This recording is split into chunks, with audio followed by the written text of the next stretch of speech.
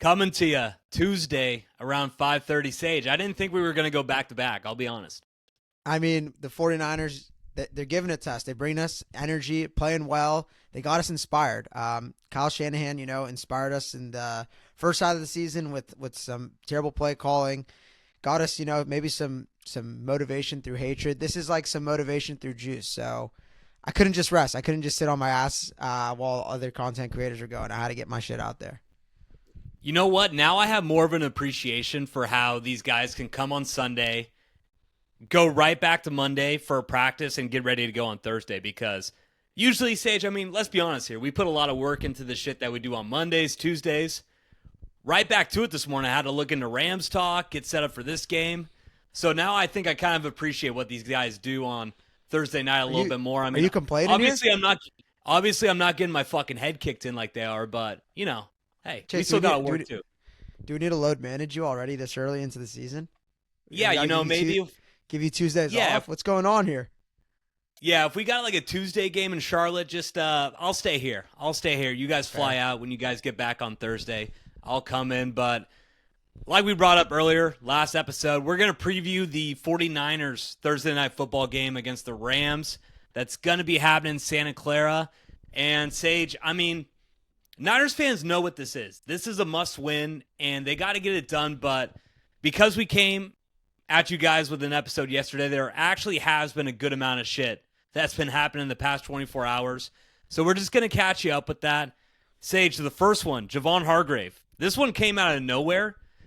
Like, if you would have told me what kind of news you were expecting right away, Tuesday morning, I would have thought, okay, there's some comments about the Deebo Samuel tweets, which we're going to get into. There were reactions, but basically the Niners just cut Javon Hargrave's contract a little bit. The base salary for 2025 dropped from $19.9 million to $2.1. So, Sage, this move essentially makes it look like they're going to cut Javon Hargrave this offseason.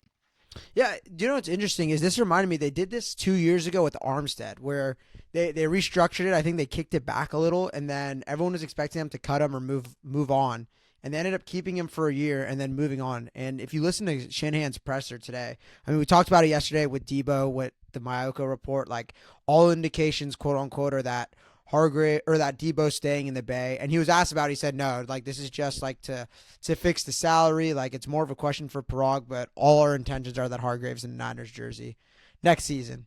Do I believe him? As I said yesterday, not one fucking bit. It's a cutthroat This business, seems like a complete cut from Javon Hargrave. This seems like the perfect way you would do it for the Niners to cut him, because it's just sad, bro. Like you look at it because it just puts everything into perspective, like their decisions at D tackle. Since they traded DeForest Buckner. So you could say trading DeForest Buckner 0-1, extending Armstead 0-2, drafting Javon Kinlaw 0-3, and now the whole Javon Hargrave thing, you're 0-4. Let's be honest, Sage. He was a complete bust. It was bad. I don't know what the fuck they fed him in Philly, but we did not get that guy. Yeah, he had that great year in Philadelphia. I think he was like a journeyman when he started off his career with the Steelers, but had that one breakout season in Philly. We signed him to that big contract, and he just hasn't been the same, especially last year. He had some sacks, but really wasn't that great of a player. And then this year, he tears his triceps, and I think it was about week 4 or 5. So, big-time disappointment, Javon Hargrave. He was arguably like our 4th best lineman in the playoffs last year. So, it sucks. He's a big name. It's funny because when he went out, the media was like, oh, what a huge loss. Just shows you how little people actually watch the games and just, look at the stat sheet. That guy wasn't doing shit. Like when he was out there, man, it was low effort, not really timely plays. It sucks. We had a. Are we sure that was low effort? Hold on, Sage. I got to give the guy credit. We're shit on him right now. There was a Twitter You're video talking about when he had the torn tricep. Yeah. I know. Okay, but the first 3 weeks, that was so funny. The first 3 weeks in general, like everyone was complaining about him, and then of course he's hurt. So I don't know. Just going back to that was funny because the guy literally had a torn he was triceps, getting shit on. They're like, look at this effort. There. Look at this effort from Javon Hargrave. Chase, you have to clip the video into triceps. here. Clip the video into here so people can know what we're talking about. Probably a more interesting thing. Hey, if you're a producer listening right here, we'll sign you up, man. We're not that good with technology, so if you could figure out ways to do that shit, nah, bro. we'll listen to you. iMovie comes free on the Mac. Yeah, so it it seems like the Gravedigger's going to get a lot of dead money hit to Shout the out. cap next year. Great nickname. Great nickname, though. It's a great nickname when you get 15 sacks, not when you get 7 sacks and we're paying you $25 million. But, Sage, we had some reactions to Debo's tweets from yesterday. John Lynch and Kyle Shanahan both came out, and it was exactly what you thought. They poo-pooed it, made it seem like it was nothing when Debo talked with the media for 4 minutes, Sage, and all I'm going to say is that he was very responsive. And I feel like even though John Lynch and Kyle Shanahan came out and poo-pooed the entire situation, made it not seem like a big deal, I feel like they had a talk with Debo like, hey, motherfucker, you're going to be in front of the media for 5 minutes at least, and you're going to be giving good answers. I think this pissed them off, and like Kyle Shanahan always does, you could blame him for some of the draft picks that he has. You could blame him for some of the play calls that he makes late in big playoff games, but it seems like he always has control of the locker room, and I think that's what he did here. He saw something coming with Debo, and he just nipped it right in the bud. That's what I saw. No, I agree. I 100% agree. It seems like he always does that. When Debo throat punched Tabor Pepper, I think that kind of made Kyle take a step back. And then this was kind of just like I don't know, like, because it seemed like it wasn't that big of a deal, but this was kind of maybe the realization for Kyle, like, this guy might actually be an issue here. And we're going to, force him to go talk to the media. Like, I don't know, like, put our foot down essentially and kind of make him do something. Nip it in the bud. Nip it right in the bud. He was kind of beating around the bush yesterday, and then goes out on Twitter, starts talking. So you don't let the cooks run the restaurant, as I would like to say.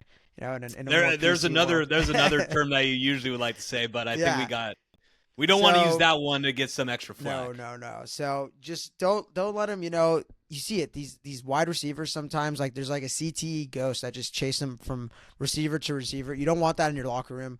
Don't let it happen. Kyle won't let it happen. It's one thing I respect about Kyle. You can say whatever you want about his play calling, whatever. Absolutely. One thing I did want to bite on, I guess going off that, is just he does always have control of the locker room, right? Like, there's other things that go into being a great head coach. He definitely has that under wraps. You don't see his players ever, acting out. I guess that's why when Debo does it, it's so weird. And he's like the one-off. He really is like the one-off. Like, Kinlaw was one, you got him the fuck out of town, like, right away. Debo does this, seems like he might get the fuck out of town, but you bite it right on the ass right away. So I'm happy. Get that dysfunction out of my locker room. So we knew that was going to be a topic coming into today. It seems like it's basically cut, which is good, Sage, because when you're going into a Thursday night game, you don't want to make this a big deal. And it seems like John Lynch, Kyle Shanahan, they're pros at that. So they cut it. They're good with PR. And then before we head into some talk about the game, we did have some reports coming about who practiced today. So Malik Mustafa, D. Winters were both limited participants. They came up on the injury report after Sunday. I think D. Winters had, a ankle? And Malik Mustafa maybe with a shoulder and a knee. But it seems like they're on pace to play on Thursday. But, Sage, the more concerning news is Trent Williams, Nick Bosa, and your boy Isaac Guerendo. All three of them didn't practice today, and it's not a good sign if you had the idea that any of them were going to be able to play on Thursday. I mean, I'm assuming none of these guys are going to be able to go. I was kind of hopeful for Bosa, but it seems like he might not be able to play, even though I know that they were initially targeting. And what's up? We haven't heard anything about Guerendo. I know he didn't practice yesterday, doesn't practice today. They said he got an MRI. Is it a sprain, or did he hurt a toe? I don't really even know what's going on there. But I'm just assuming we're not going to have him tomorrow. I'm assuming we're not going to have him on Thursday. That's just my best guess. I don't know what you think. No, it seems like too quick of a turnaround. Like we said on yesterday's podcast, Sage, I mean, if I thought I maybe had a broken foot, I don't know how the fuck I'm out playing 50 snaps 3 days later in a high-intensity football game. Yeah, I don't know how you could fake it. Yeah, no, I don't know how you could fake it. So, okay, so that was the Niner updates, and then, Sage, we're going to get into the matchup with the Rams. So, this is a team we know. I mean, they're in the NFC West, led by Sean McVay, Matt Stafford, big-time wide receivers Puka Nacua, Cooper Kupp. But, Sage, this was a little bit of a weird start to the season for the Rams. They started out 1-4. Their only win was against the 49ers. As we all know, The game started out 14-0 for the Niners. They had a fake punt that really switched the momentum of the game. We're up 10 late. Or no, we're up 7 late, and Jake Moody had a chance with about 6 minutes left to ice the game, and he missed the 55-yarder. They go down, score a touchdown to tie the game, and forced a 3-and-out by Brock Purdy with a drop by your boy Ronnie Bell. My boy. Kicked the game-winning 37-yard field goal to win that one. And then got Cooper Kupp, Puka Nacua back, and they're 5-2 since then. Sage had a big win against Buffalo last week. And are 7-6, one game ahead of the 49ers, and are making the same playoff push that the Niners are trying to make right now.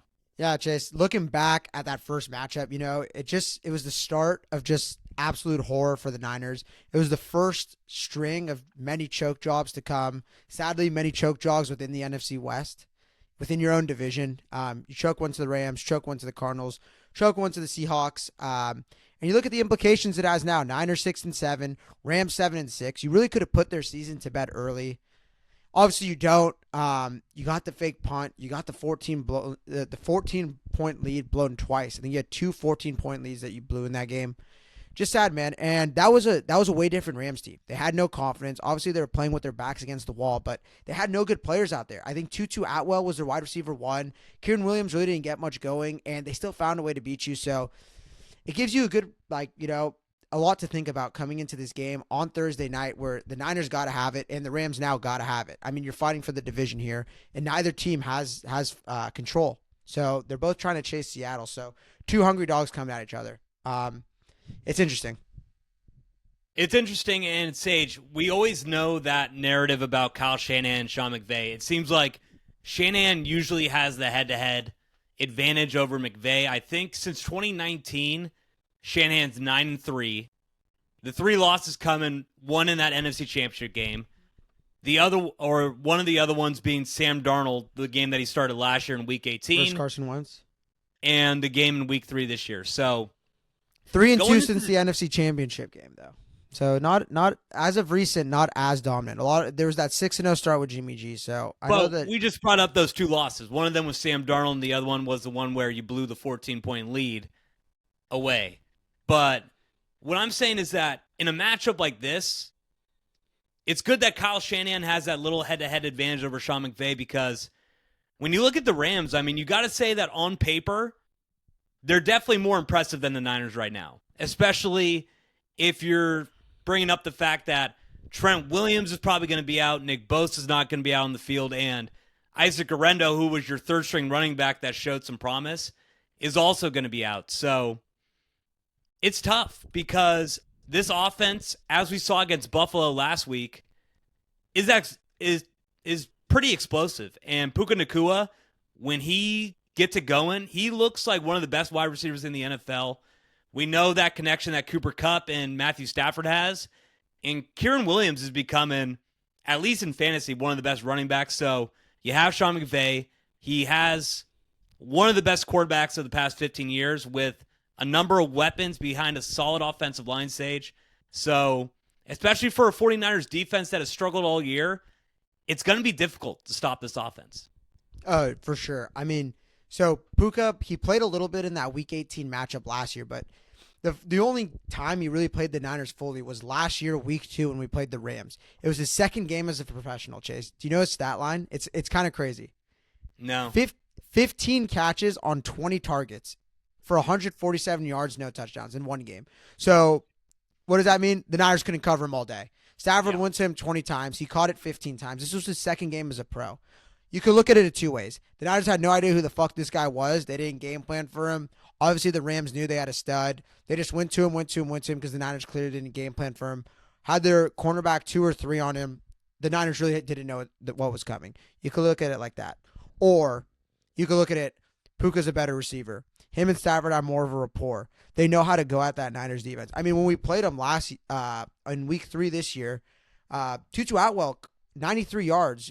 Jordan Whittington, 28 yards. They were able to find guys without Kupp, without Puka. Now you insert Puka and Kupp into this game. I don't know how the Niners are going to cover him. I think it's going to be one of those things where You got to dominate the ball. You got to stymie the run. Kyren Williams, he seems to always struggle against the Niners. 2 games against us, about 3.7 yards per carry. It seems like they always, stop him up front. It's a little, I guess, misleading. You saw it in that first game, right? In that first half, they were stopping him. So, it was really low. And then in that second half, they kind of got it going, built it back up. They stuck to it, opened up the pass, opened up the play action. Tutu Atwell downfield. I'm expecting it with Puka and Cut. Maybe that run game opens up. I mean, he's a crucial part to what the Rams do, right? He opens up that play action. He opens up like their entire pass game. I think the Niners got to stop him and worry about Puka. I mean, there's just so many mouths to feed, so many things they could come at you with. And I just don't know. I don't know how the Niners are going to match up. If they're just going to send Lenore on him, here's our best guy versus your best guy. We'll see how it goes. I don't love that matchup for Lenore. He's a dog. But it's going to be tough, man. I think the Rams present a lot of problems to this Niners defense, especially if they can't get home on Stafford. So that's the thing, Sage, because let's just be honest. Puka Nacua, Cooper Kupp, if you don't get pressure on Matt Stafford, they're going to get open. I don't give a shit if it's Diamondor Lenore, Mooney Ward from 2 years ago. They're going to get open. Do you see them in that game against Buffalo? They were just running all over the field. Nacua was That was a one-off, but yeah, that was a one-off, but it was ridiculous. Like that they could actually put that on the field some weeks. Nacua was open by 5 yards, it seemed, on every play. And Matt Stafford, we all knew what Matt Stafford was about 5 years ago. If you give him time, he'll kill you in the pocket. Not the most mobile guy. He's like 40 years old right now. So if you get any pressure on him, he's not going to be able to escape from the pocket. And that's going to be what the 49ers have to do. Nick Sorensen, you got to scheme up some blitzes because I don't think that the 4-man rush is going to be able to get to Stafford.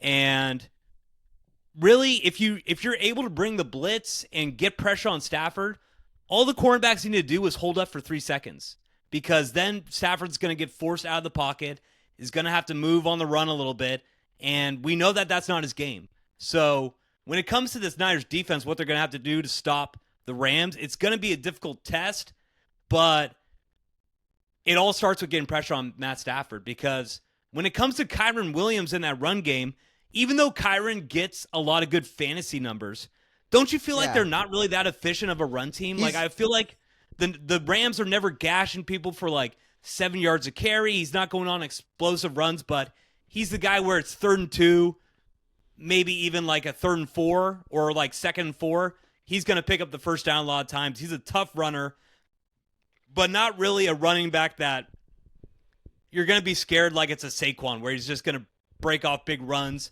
and you got to keep him contained. So I really think for this Niners defense, it all starts with just that D-line getting pressure on Stafford.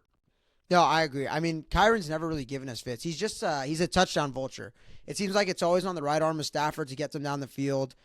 Let's see. I think last week against Buffalo, he had 29 carries, his most in the year by far, and he still didn't eclipse 100 yards. He's only eclipsed 100 yards on the ground twice this season. He's played all 14. All 13, whatever it is. So he hasn't really been that effective as a runner, He's averaging 4 yards a carry, which isn't great. And he hasn't been hurt all year, so there's nothing that's hindering him. Maybe something comes out, who knows. But that Rams offensive line just hasn't been good. They run because they have to. It's part of their philosophy. When did it start to kill the Niners, really? Is in that second half when they were down and they started to pass. And they were finding guys like Tutu Atwell, finding guys like Jordan Whittington. Who was that guy from fucking Tyler Johnson, the guy they got from the Bucks? Yeah, from the Buccaneers. They were dicing us up with B-level players. This is when the Niners were still healthy on defense. Obviously, that secondary is a little bit more healthy. There was talks that maybe this was the week Greenlaw comes back. He's not back. I mean, you hope that Gross Matos and D. Winters can go. Did he practice today? Do you know? He was limited practice participant today. That'd be awesome to get Dre back. But who even knows what he's going to be, man? Who even knows what Dre Greenlaw is going to be? They said yesterday that now they're aiming for the Dolphins game to be his return. I don't know if anything came out about that, but Shanahan said he's going to talk to him, see how he feels. He said he still hasn't, quote-unquote, practiced with the team yet. So he's been practicing, but I think he's been doing his own stuff. So we'll see, man. I mean, that defense looked so good last week, but we mentioned it as soon as the game ended. Like, is that just the Bears or shit? Like, you got a team coming off hanging, 44 on Buffalo? 35, in the first, 5 minutes of that third quarter. They probably could have gone for 50 if they needed to, if their backs were against the wall like that. So on their best day, that offense looks as good as anyone. You can't get to Stafford, which the Bills couldn't do, and you saw what he did. So it comes down to the front four. It comes down to Sorensen. Like, how are you going to draw up pressure? Can Gross Matos do to Stafford what he did to Caleb Williams? Doesn't seem like Bosa's going to play. How do you generate that pressure? How do you get to this guy? Because he will fold. I mean, we saw it in years past when we played the Rams. How do we get him to turn the ball over? The pick sixes is when you got in his face. Was it the Fred Warner pick six, the Hufanga pick six? Like, you see it. You get in his face, he'll put the ball in danger. He's kind of like Kirk Cousins plus, in my opinion. He's just like I was about to say. Yeah, I was about to say, like, think about the quarterbacks that the Niners have always done well against in the past.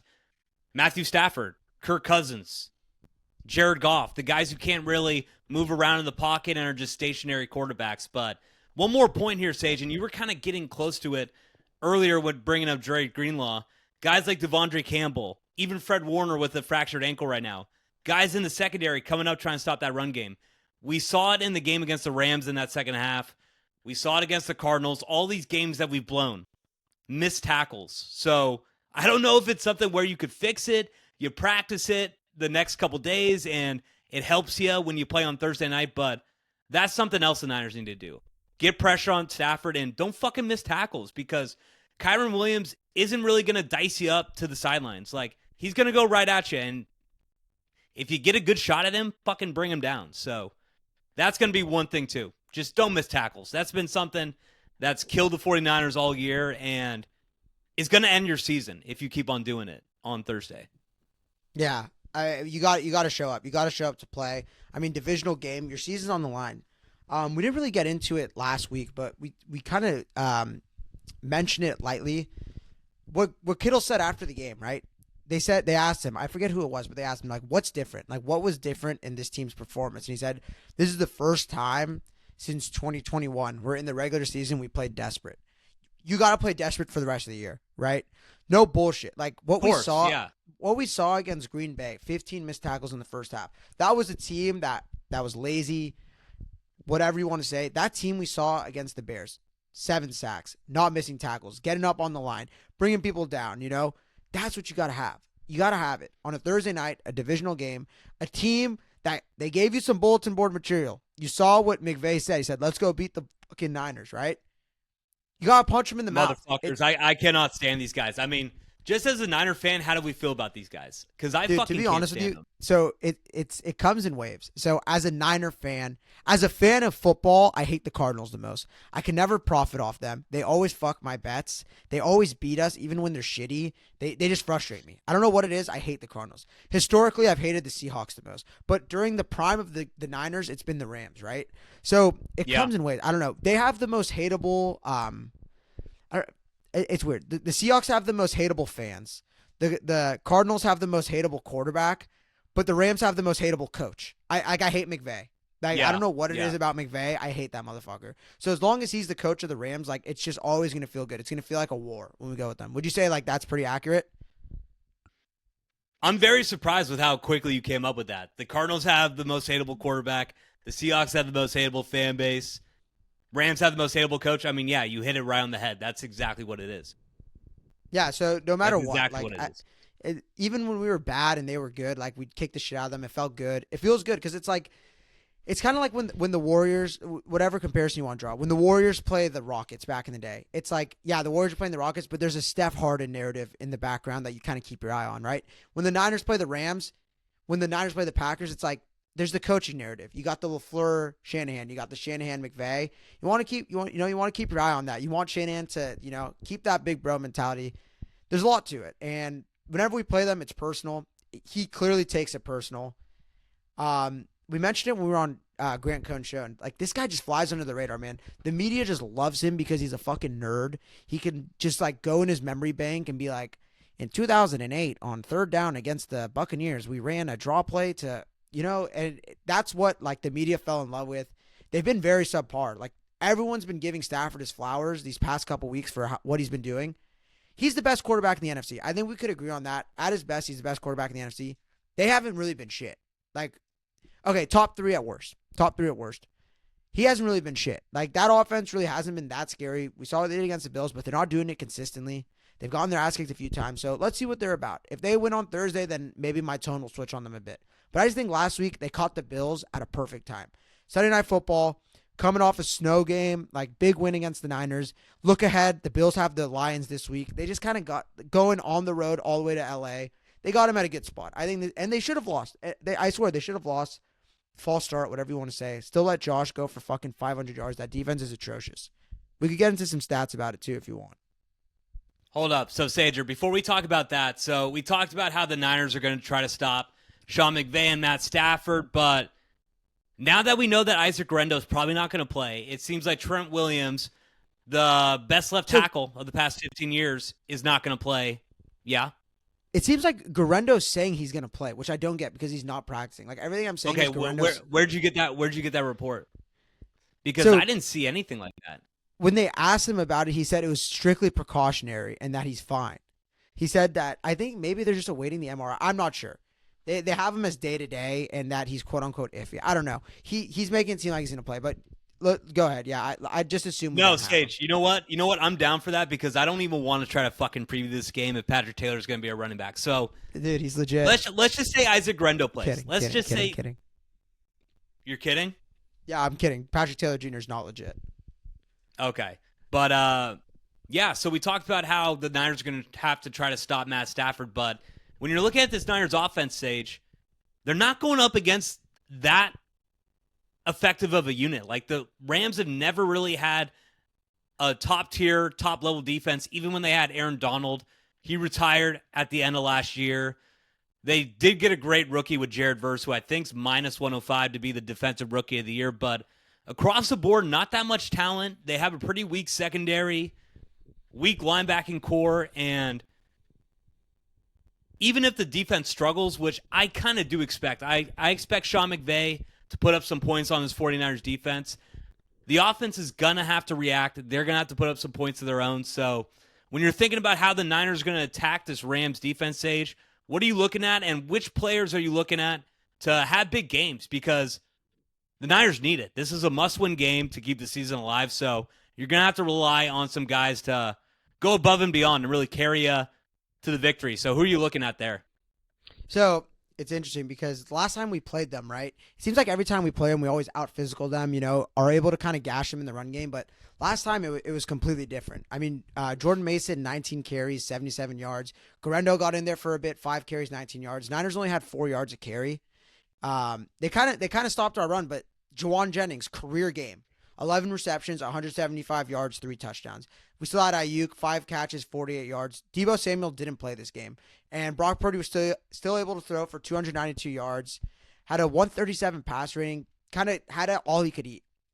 That being said, I think the Niners, the way they're going to win this game is by establishing the run and possessing 100%. The ball. Possessing the ball, right?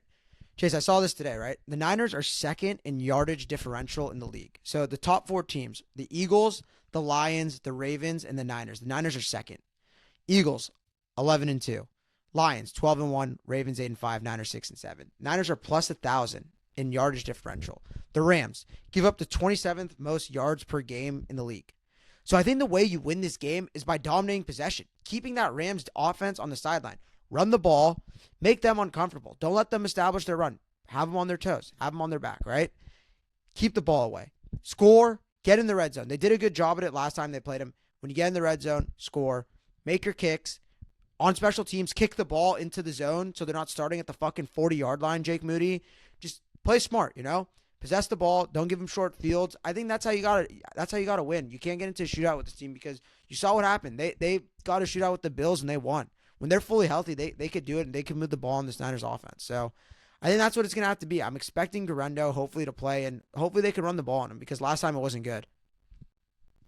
I mean, last game wasn't that good, but Sage, I agree with you, man. It's all going to start with the run game. I mean, shit. What do we say every single week with Kyle Shanahan with the 49ers? How do you get the offense going? You got to get the run set up, and then you got to get that into play action. But you have an opportunity here this week because the Rams' run defense, they're 25th in yards per carry at 4.7, and they're 29th in rush yards allowed. So this defense is susceptible to the run. And when you look at the rest of the defense for them, like I just brought up, you're going to want to open up that play action, right? And that's going to get those safeties, those cornerbacks, those linebackers into difficult positions. Sage, Christian Roseboom is one of the worst graded linebackers in the league. According I think to it's Quentin Lake. Yeah, Quentin Lake and Cameron Curl, one of the worst safety duos in the league. So when you look at that, George What's this Kittle, according to? Jawan Jen, Where are you getting this from? you know who it's according to, baby. Bro, You know who get it's according PFF the to. fuck out of here. I don't give a shit about PFF. Bro, PFF, you got to give some love to PFF. PFF has Niners rated as the 5th best defense in the league, I think, as a team. You know that's bullshit. All I'm going to say is that these guys are not that good. Hold up. Can we just agree on that? Can we just agree on that the linebackers, the safeties, that guy's awful. Not really household names.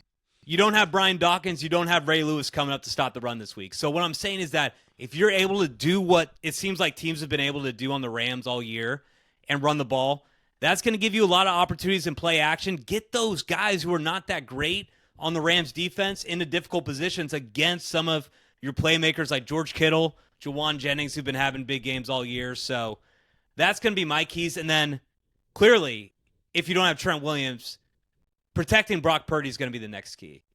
We do love what Jalen Moore's been doing lately, but he's going to be going up against, like I said, Jared Verse, who's came onto the scene as one of the best rookies in the league.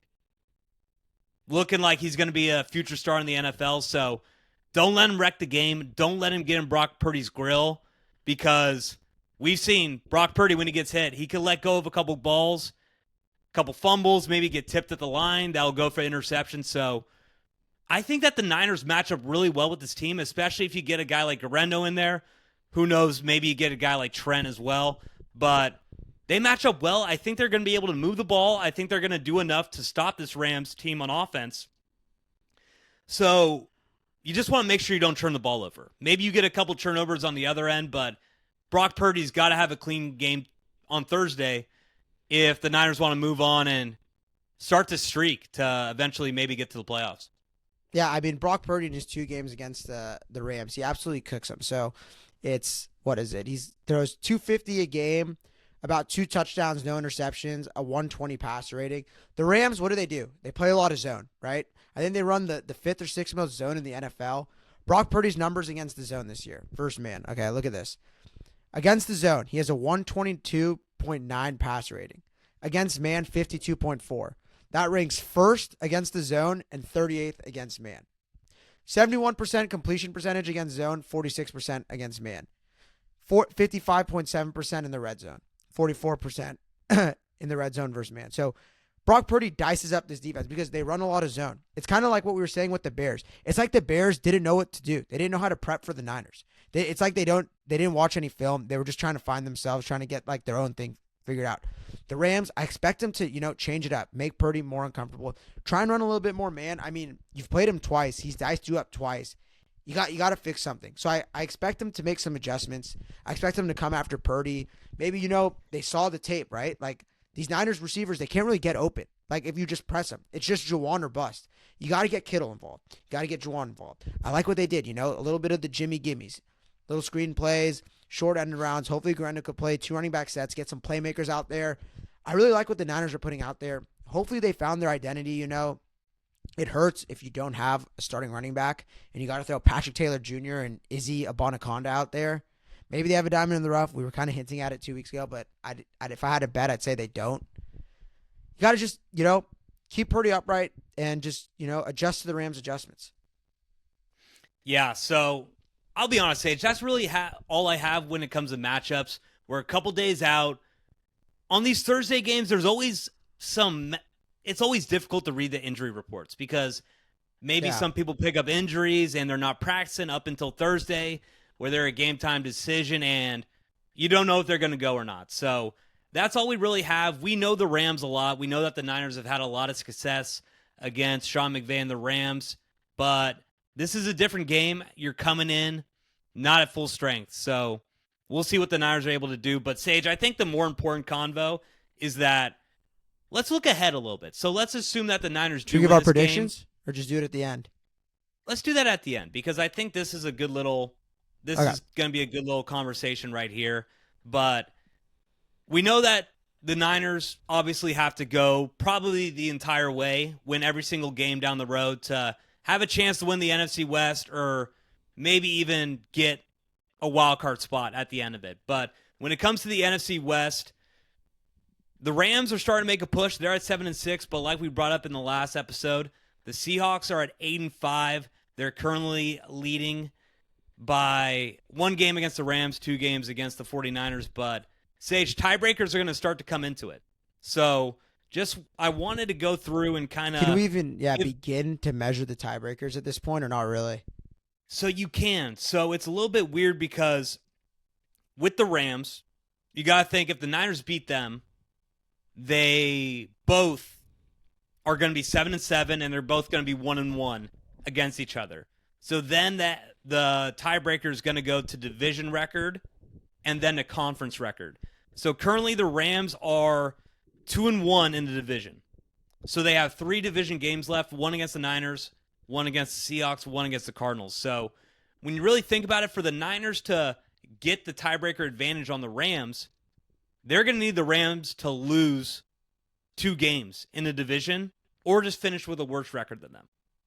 Does that make sense? Yeah, no, I understand. I think that's doable. I mean, they already beat the Seahawks on the road. Maybe the Seahawks have something come for them, but it wouldn't be the worst thing in the world if the Rams beat the Seahawks. The Niners are also trying to beat the Seahawks, but the Cardinals, man, the Cardinals played the Rams well. They beat the shit out of them 41-10. They're on a losing streak. Maybe it's the Cardinals who gets them down the road. It's going to be in SoFi, I believe, but it seems like you have something. So this is the thing too, Sage. So really, the Niners are 1-3 right now in the division. So if we assume that they take care of business, they beat the Rams, they beat the Cardinals, they're going to be at 3-3. So if the Rams do eventually go to 3-3, you're going to want their win to be against the Seahawks and their loss to be against the Cardinals. I'll tell you why. Because the the Seahawks are currently 3-2 in the division. Their only remaining division game is against the Rams. If they win that one, then they're going to be 4-2 in the division. Okay. The Niners already split with them, so they're going to be 1-1. And if they win that game against the Rams, you lose that tiebreaker when it comes to division record. So, gotcha. And you could see, I think Steve Kornacki was on NBC Sports going through the NFC West playoff scenarios, but the 49ers, after their win on Sunday, actually dropped in percentage. That's because the Cardinals losing to the Seahawks was pretty big. So you're going to need a couple of yeah. You're like Charlie Day and It's Always Sunny, just trying to just map this all out for me. Keep going though. I got boxes full of Pepe Sylvia. But no, so the thing is, yeah, you're going to need a lot of specific results to go your way if you're the Niners when it comes to winning the NFC West. So it's not that positive, but when you really look at it, these are going to be the 3 big ones. The Niners have to win out. We all know that that's the first key to the situation. Then the Rams have to beat the Seahawks, lose to the Cardinals, and the Seahawks just have to lose another game. Sounds fair. I don't know. I mean, obviously it's a lot. It's a lot to go off on. I think I'm gonna have to be like, go a little memento here. Guy Pearce tattoo it all on me. So as I'm watching on Sunday, yeah, you might have to go memento. Just look at my forearm. See, okay, I need the Seahawks to do this. All right, week 17, I need the Rams to do this. But I mean, who's John G? Who's John G? Sage? This is gonna be. It'd probably have to be Geno Smith. I don't know. They got the lead right now, but I'll go with that. It's just tough, man. You reap what you sow. This is what you get. You choke a game against the Cardinals. You choke a game against the Seahawks. One is just so brutal looking back on it. Just so brutal. Like, of every loss, that one just hurts so much. Just seeing the implications it has now, like how good the Niners look. Like, if the Niners had a playoff spot, if the Niners were the Seahawks right now, right? They had control of the division. They looked like shit, but they're starting to put it together. They look good. There would be so much confidence. There's a chance the Niners go 3-1 and still don't win the division, right? I mean, that would be 9-8 if you go 3-1 from here on out. That might not do it for you. I mean, we could get into it. There's a chance they get that 7th seed, but it's so bleak. You basically need the Commanders to shit themselves. Yeah. So, did you want to get into that? What's crazy about that too is that the Commanders are at 8-5, and they have a very easy schedule to finish the year. So you're going to have them drop 2 games, but then you probably lose to them based on the conference record. So the Niners don't have a lot of options here. They really don't. It's win the division. That's their only option. It's win the division. That's really their best option. And when you look at the Seahawks, I mean, they play the Packers, they play the Vikings, they're at the Bears, at the Rams. So those are 4 tough games, I think. I mean, we just saw what the Bears did, so maybe that one's not as tough. But Packers and the Vikings are 2 of the best teams in the league right now with how they've been playing over the past few weeks. And the Rams in LA, I'd probably say that's about a 50-50 game. So I think the Seahawks have a chance to lose a couple. The Rams, if you beat them, you're basically even with them, and you just need them to lose one more division game, and then you have the tiebreaker advantage on them. So there is a route for the 49ers to win the NFC West, but Sage, I mean, shit. It all starts on Thursday night. They have to get the win. We talked a little bit about the matchups, what to look out for when it comes to how the Niners are going to stop Matt Stafford, Sean McVay on offense, and how Brock Purdy and Kyle Shanahan are going to break down that Rams defense to try to get enough points to win the game. But Sage, we talked about what the Rams have been doing all year. We talked about the matchup this week. What do you think happens when the Niners play on Thursday? All right, so let me just give you some stats real quick, and then I'll get around to my prediction. So Brock Purdy in his career 4-0 against the spread on Thursday Night Football. This game happens to be 4-0 against the spread on Thursday Night Football. I think 3 of them are against the Seahawks, but either way, 4-0 against the spread on Thursday Night Football. This game happens to be played on Thursday Night Football. Professional, I think the Niners are -2.5. Professional money coming in on the Niners. Last 7 home teams on Thursday Night Football have won. This is the 11th divisional matchup on Thursday Night Football this year. Home teams are 7-3 so far, straight up. Moneyline, I think it's just such a perfect spot for the Niners. You know, coming off that game against the Bears, gain some momentum. You know, you got the locker room kind of together, inspired, minus Deebo Samuel, whatever. I saw this thing on Twitter. It was like, what do Deebo Samuel and Chick-fil-A have in common? Both aren't open on Sundays. Thankfully, this game's played on a Thursday, so maybe you get a good Deebo, an inspired Deebo. Deebo always gives his best effort against the Rams, even though there's no more Donald anymore. Maybe he comes out, they scheme it around him, he has a good game. I'm going Niners 31-27. I think it's going to be high scoring. I said the Niners need to dominate possession, keep the ball away from the Rams. I don't think that's going to happen. I think if it comes down to it, the Rams are going to be able to score quick.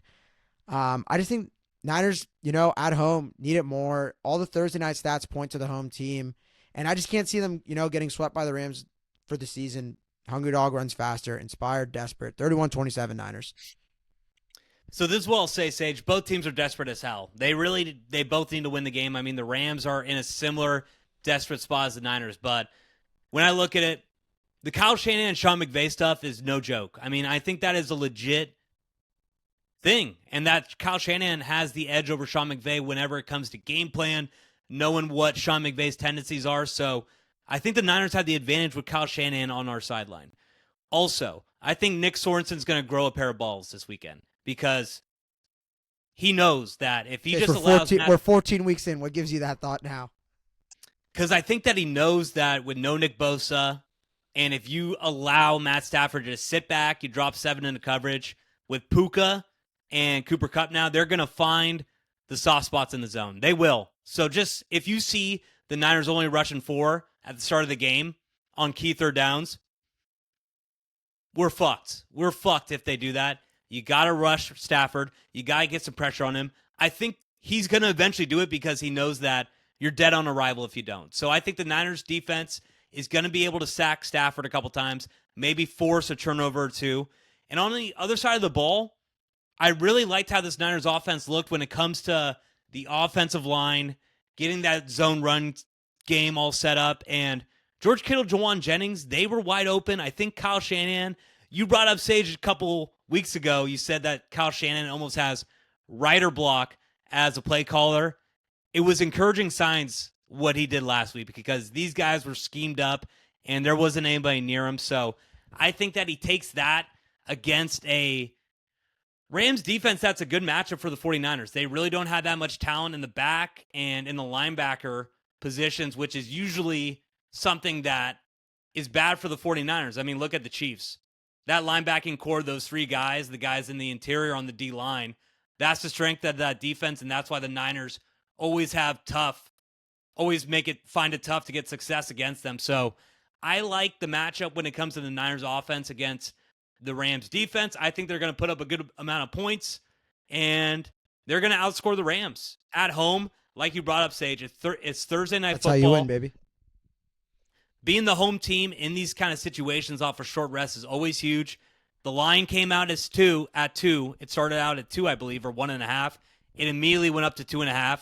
Like you said, Sage, that means the sharps are on the 49ers, so I'm going to be on the 49ers as well. I got 27-24. I think it's going to be tight. I think it may be a situation where the Niners are up around 10 points for a majority of the game. Then you get the Rams coming back, maybe scoring a touchdown, and maybe, I wouldn't say a garbage time touchdown, but you know how it happens late in the games in the NFL. You're up 10 points, but then you play a little zone coverage, and you allow them to score a touchdown with about a minute and a half. So that's why I think it's probably going to be somewhere around 27-24. 49ers, they keep their season alive, get much-needed rest, heading to Miami in about 10 days, Sager. Chase, I feel like we're pussies when it comes to predicting scores. We never throw a scoregami out there. We always go with nice round numbers. So I'm going to change mine. I'm going to go 32-27 Niners. I don't know how they'll get the fucking 32, but you think 32-27 is a scoregami? You think that's never happened in the NFL before? How do you get to 32 in the NFL? Who does? We go for a random 2-point conversion. Kyle's been feeling a little frisky lately. But, dude, I mean, I have nightmares just seeing – I'll say this. McVay isn't as creative as Shanahan, but he's more creative in getting his playmakers the ball. The way they're able to get Puka the ball, the way that they're able to, scheme up Cup, they just spam it. Like they did it against the Bills. I said it when they played the Saints. They were doing nothing, and then once they realized, like, hey, let's just spam the ball, Puka, Kyron Williams, the offense looked unstoppable. They got whatever they wanted. It's can you stop them, right? When they made their championship run, it was, we're going to go to Cup. We're going to go to Cup. You can't stop it, so we're just going to keep doing it. They're willing to do that. The first time Puka played the Niners, 20 targets. You got to stop him. You got to fucking stop Puka. He is a game wrecker. He's a top 5 receiver in the league right now when he's upright. If you could stop Puka, you can stop this Rams offense. Cooper Kupp's a shell of himself. Get the Facebook camera out, whatever you want to do. He won't do shit against us. I promise it. It's Puka or bust. Got to stop Puka.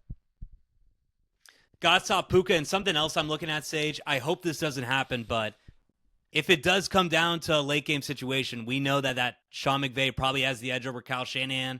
We've seen Kyle blow up a couple late game leads, we all know the playoff scenarios with Kyle Shanahan. So I'm hoping that Kyle Shanahan avoids that. And if it is a close game late, just stick to the run, do whatever you've been doing, and just don't make serious fuck ups. I think whatever mental hurdle Kyle has historically gets thrown out because of the mental edge he has on McVay. Like I really feel that. Even though they did choke a 14-point lead earlier this year, I just think that was a one-off. A lot of shit went wrong for the Niners. The drop balls, the field goal, the special teams, just getting dominated special teams. I have faith in Kyle. I think he's going to put together, he's going to draw another Picasso here. He's going to get the job done. Do you we got the Thursday night home lore on our side, so I'm confident. Do you think that's just like a big brother situation with Kyle and McVay, where it's just like, imagine like your big brother, you see him, like he's just been having the worst golf game for the past 3 weeks, and then you play a skins game against him, and just because he's the older brother, he pulls it out. Like, he finds a way to pull it out, maybe gets in your head a little bit, gets you a little shaky, like on the back nine. So I think it is, because Kyle has that with everybody, right? He has that with Matt LaFleur a lot of the time. This year's not really good evidence of that, but for the most part, he has Matt LaFleur's number, has Sean McVay's number. I think when Brock came in, I think in his debut, he beat Mike McDaniel, so gets him next week. Seems like Kyle does have that edge on those people that was with that 2011 Redskins team. But all right, Sage, we're getting to I think we're at about 45 minutes here, so we're going to cut that short. We both had the Niners winning, I think about 3 points, or what did you say, Sage? You went with scoregami at the end of it? 5 points. I don't know if it's a scoregami, but it's outside the box. I ain't going cookie cutter here. All right, so Sage, are we going to come with a Thursday night reaction? Are we going to try to do our first ever live stream, or what are you thinking? I don't know. I'd be down for it. I'm open to anything. So if you want, I think we should debut it. I feel like it's perfect. Yeah. We could get all 3 of our boys in here. We could get a good chat going. W's in the chat will be flooded. Let us know. We can get the live stream going. I don't know. Sage, I need to know what your schedule is, because do you have to do something with Pesto? I'm open. No. Are you completely open? Is there any kind of date night going on? What? No, I'm the busiest man on the planet. But I could always find time for this podcast, for the viewers, for Chase. That's my number one right now. Not really, but it's my number one on this podcast. So.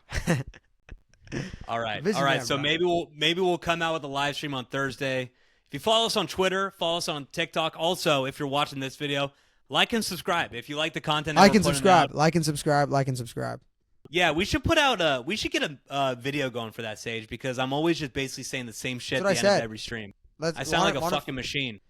Can I film it? Let me film it. Do the. You want to direct video. it? You want to get those? You want to get those Spike Lee angles on me saying it? No. I'm saying. Let me say it. I'll do it. I'll cut one up. We'll throw it at the beginning of this video. Just let me know. I'll do like the Colin Coward YouTube.